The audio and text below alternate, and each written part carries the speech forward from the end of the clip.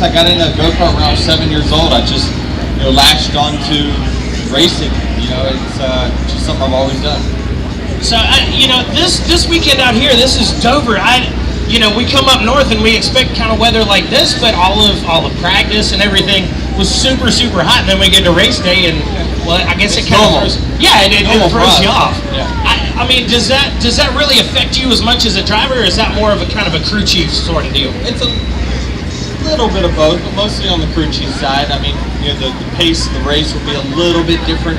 I mean, if the pace is 1/10 of a second slower per lap, or maybe even 2/10 of a second slower per lap, we have to adjust the car, the rod height of the car for that. So it's something that we take into account. It was overcast yesterday when we practiced as well, so we got a pretty good idea where it's at.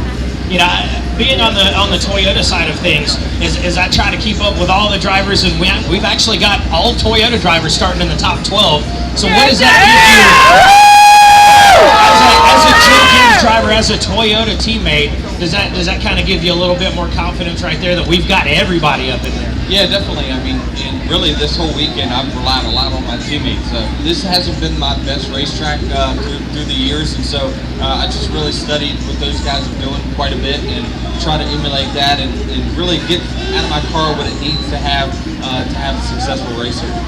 So this racetrack, and we try to. We analyze all the different racetracks, and there's a lot of mile and a halves and things like that. There is only one Dover. Yep.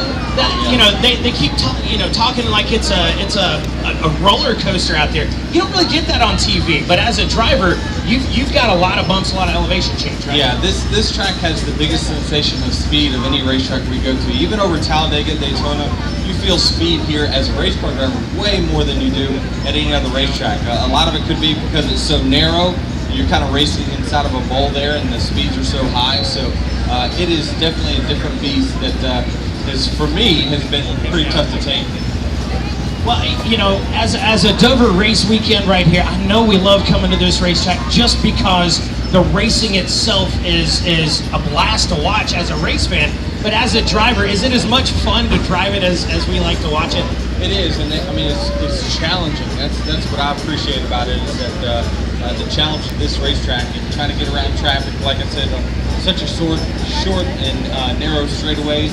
It can be daunting to a task to do well around here. And really, for the 14 years that I've been doing it, I still have yet to figure out what it takes to really go fast and win at this racetrack. So hopefully today we can turn that around. So coming through the years, is there a driver that you really looked at that could run some of these tracks really, really well? And you call them up and be like, all right, dude, what's the skinny? A little bit. I mean, most of the ones that I was watching, I was competing against. So, thinking back, a long time ago, guys like Matt Kenseth and Greg Biffle were super good. They were one of the greats at this type of racetrack. And so, you look now, and Jimmy is obviously won here 11 times or something, which is crazy.